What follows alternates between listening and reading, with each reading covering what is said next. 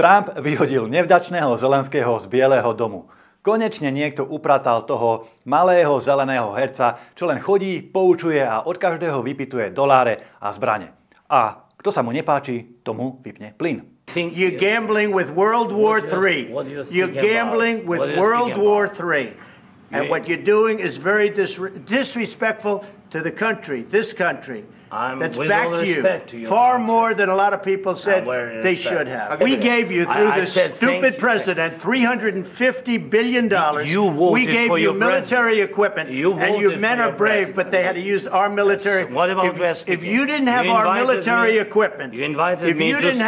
military equipment, this war would have been over in 2 weeks. In 3 days, I heard it from Putin. In 3 days. This is something maybe new. Less. In 2 weeks. Of course he has. It's going to be a very hard thing to do business like this, I tell you. Poviem vám, sledovanie včerajšieho stretnutia Trumpa a Zelenského bolo naozaj zážitkom. Čisto diplomaticky to asi nebolo úplne najšťastnejšie, ale aspoň celý svet naživo videl, ako arogantne a nevďačne sa správa Zelenský. During the war, everybody has problems. Even you, but you have nice ocean and don't feel now, but you will feel it in the future. Don't tell us what we're going to feel. We're trying to solve a problem. Ako nejaký pán tvorstva, ktorý má právo každého poučovať a každému hovoriť, čo má robiť a čo si má myslieť. But you see, I think it's good for the American people to see what's going on. Viete, Zelenský si asi myslel, že rokuje s Lejenovou a našimi progresívcami, s nejakým Šimečkom, ktorým môže rozkazovať v priamom prenose. Nepochopil, že svet sa zmenil a že tú jeho vojnu už naozaj nikto nechce. He's looking to go on and fight. We're looking to end the death. I'm not looking to get into anything protracted. I want immediate peace.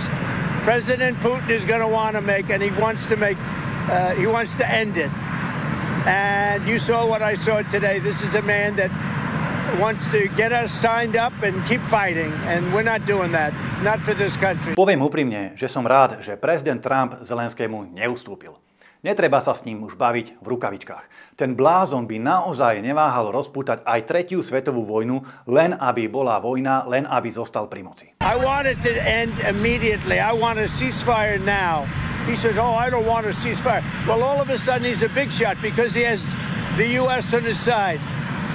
Either we're going to end it or let him fight it out. And if he fights it out, it's not going to be pretty. Because without us, he doesn't win, let me tell you. Skutočnosť je taká, že so Zelenským nečaká Ukrajinu, ale ani svet už nič dobrého.